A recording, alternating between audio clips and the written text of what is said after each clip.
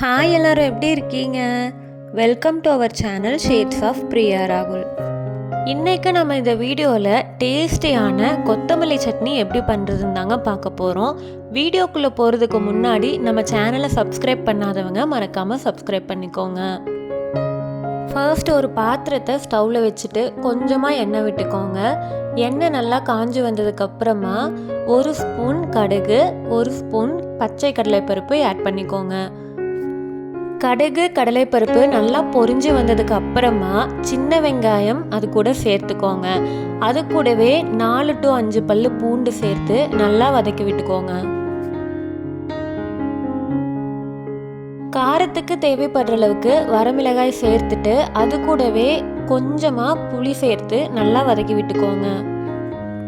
வெங்காயம் பூண்டு ரெண்டுமே நல்லா வதங்கி வந்ததுக்கு அப்புறமா 2 தக்காளியை சின்ன சின்னதாக கட் பண்ணி அது கூட சேர்த்துக்கோங்க. தக்காளி ஓரளவுக்கு மசிஞ்சு வர்ற அளவுக்கு வதக்கி விட்டுக்கோங்க. தக்காளி வதங்கினதுக்கு அப்புறமா துருகி வச்சிருக்க தேங்காய் கொஞ்சமாக சேர்த்து நல்லா வதக்கி விட்டுக்கோங்க. கடைசியாக கொத்தமல்லி இலைகளை சின்ன சின்னதாக கட் பண்ணிவிட்டு நல்லா வாஷ் பண்ணி இது கூட சேர்த்திக்கோங்க. கொத்தமல்லி நல்லா வதங்கி வர்ற வரைக்கும் ஸ்டவ்வில் விட்டுட்டு வதங்கினதுக்கு அப்புறமா கடைசியாக தேவைப்படுற அளவுக்கு உப்பு சேர்த்து ஸ்டவ் ஆஃப் பண்ணிடுங்க. நல்லா ஆறினதுக்கு அப்புறமா மிக்ஸி ஜாரில் போட்டுட்டு கொஞ்சமாக தண்ணி விட்டு நல்லா பேஸ்ட் மாதிரி அரைச்சி எடுத்துக்கோங்க. இப்போது ஒரு சின்ன பாத்திரத்தை ஸ்டவ்வில் வச்சுட்டு கொஞ்சமாக எண்ணெய் விட்டுக்கோங்க.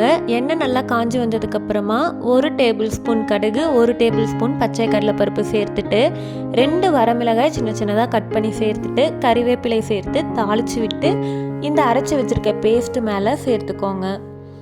அவ்வளோதாங்க, டேஸ்டியான கொத்தமல்லி சட்னி ரெடி ஆகிடுச்சு. இதே மாதிரி நிறைய இன்ட்ரெஸ்டிங்கான வீடியோஸ் பார்க்குறதுக்கு நம்ம சேனலை மறக்காமல் சப்ஸ்கிரைப் பண்ணிக்கோங்க. Thank you.